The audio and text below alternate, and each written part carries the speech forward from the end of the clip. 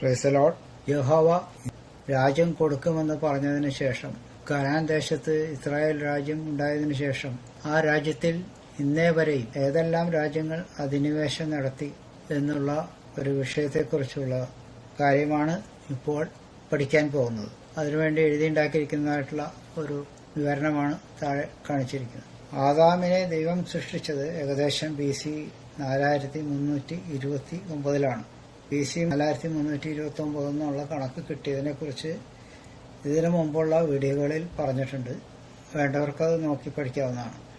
നോഹയുടെ മകനായ ഹാമിന്റെ മകനായ കനാന്റെ അധീനതയിൽ ഉണ്ടായിരുന്ന സ്ഥലമാണ് ഇസ്രായേൽ. ലെബനന്റെയും സിറിയയുടെയും ജോർദാന്റെയും ചില ഭാഗങ്ങൾ എന്നിവ ഉൾപ്പെട്ട കനാൻ ദേശം.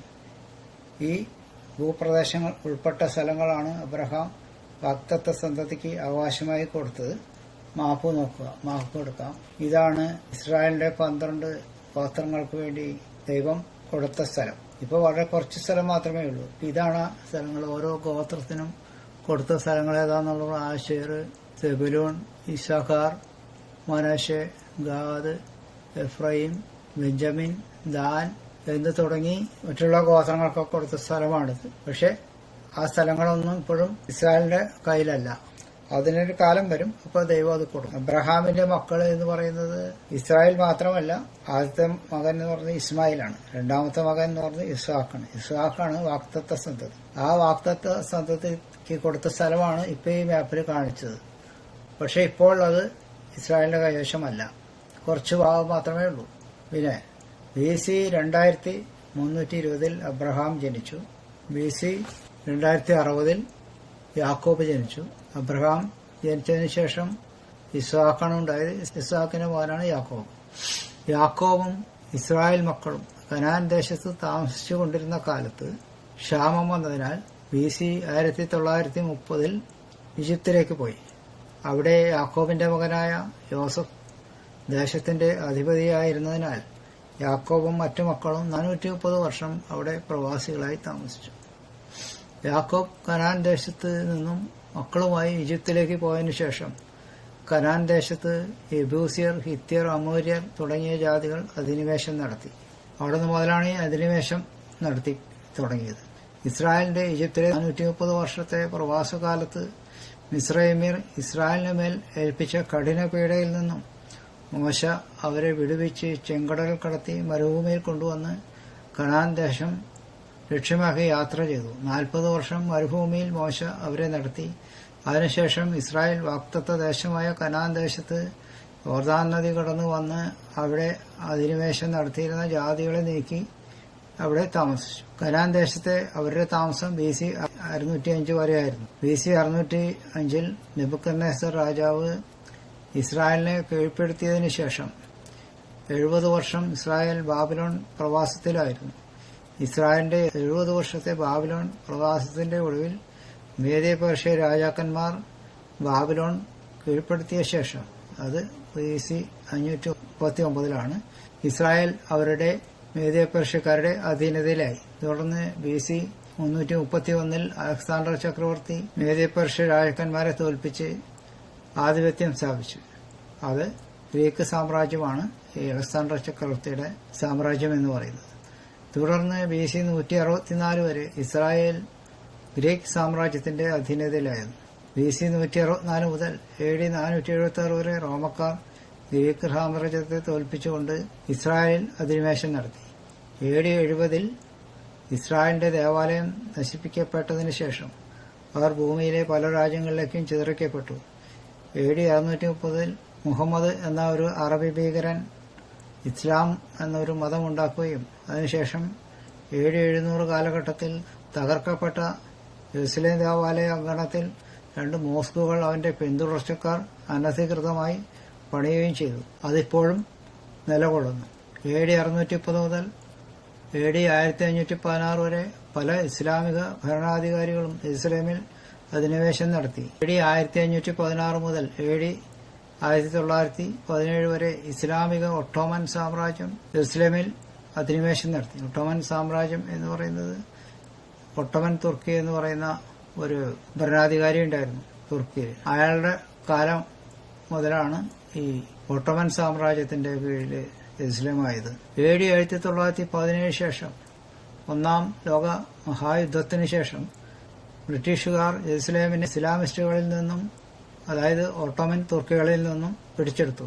തുടർന്ന് AD 1948 ഇസ്രായേൽ രാജ്യം സ്ഥാപിക്കുകയും ചെയ്തു. എങ്കിലും ജെറുസലേമിൽ അനധികൃതമായി പണിതിരിക്കുന്ന മോസ്കുകൾ നിൽക്കുന്ന സ്ഥലത്തിന് ജിഹാദികൾ ഇപ്പോഴും അവകാശം പറഞ്ഞുകൊണ്ടിരിക്കുകയാണ്.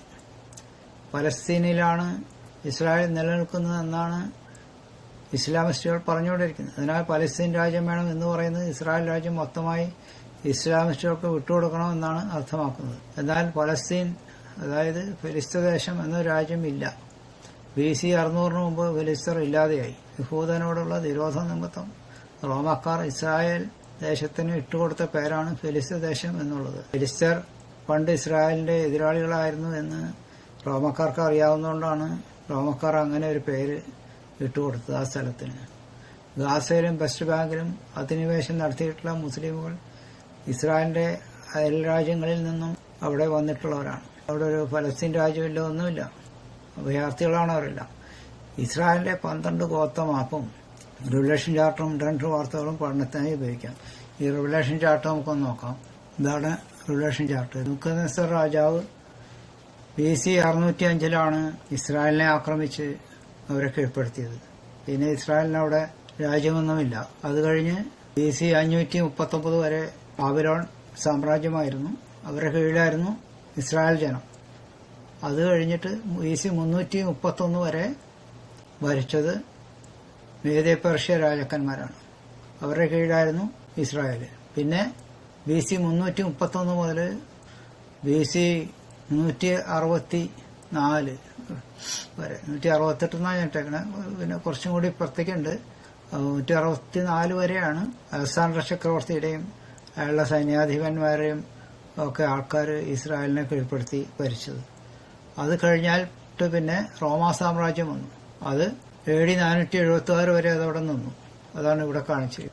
AD 70 ഇസ്ലാം ദേവാലയം തകർക്കപ്പെടുകയും യഹൂദന്മാരെ ലോകത്തിന്റെ എല്ലാ ഭാഗങ്ങളിലേക്കും പോവുകയും ചെയ്തു. AD 630 വരെ മുസ്ലിങ്ങളൊന്നുമില്ല. അപ്പോൾ യഹൂദന്മാരെല്ലാം ലോകത്തിന്റെ എല്ലാ ഭാഗങ്ങളിലേക്കും മാറി. അപ്പോൾ ആ കാലഘട്ടത്തിലാണ് ഈ ഡോം ഓഫ് ദ റോക്കും അലക്സ മോസ്കും ഒക്കെ പണിത്. അതിനുശേഷം ആണ് ബാക്കിയുള്ള കാര്യങ്ങളെക്കുറിച്ച് ഞാൻ നേരത്തെ പറഞ്ഞ ഇതിലൊക്കെ ഉണ്ട്. പിന്നെ ഇതിന്റെ മറ്റുള്ള ഇതുകളൊക്കെ ഇവിടെ കാണിക്കുന്നത്. പിന്നെ ഇതില് when did the Philistines cease to exist? The Philistines populated the coastal regions of Canaan from the 12th century BCE to their disappearance in 604 BC.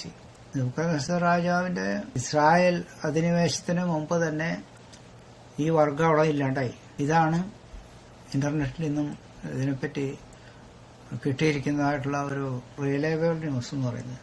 The Romans renamed Judea to Syria Palestina in 135 CE after crushing the Bar Kokhba revolt as a punitive measure to erase the connection between the Jews and the land. അപ്പോൾ റോമക്കാരാണ് അതങ്ങനെ ചെയ്തിരിക്കുന്നത്. അങ്ങനെയുള്ള പേരിട്ട് കൊടുത്ത് വിരോധം തീർത്തിരിക്കുക. ഇത് land. അത് കഴിഞ്ഞ് അടുത്ത വായിക്കാം. ഇസ്രായേലിനെ കുറിച്ച് വേറൊരു ന്യൂസാണ് ഈ കാണിക്കുന്നത്. Canaan was an ancient region in the Middle East that corresponds to parts of modern day Israel, Jordan, Lebanon, Syria and the West Bank.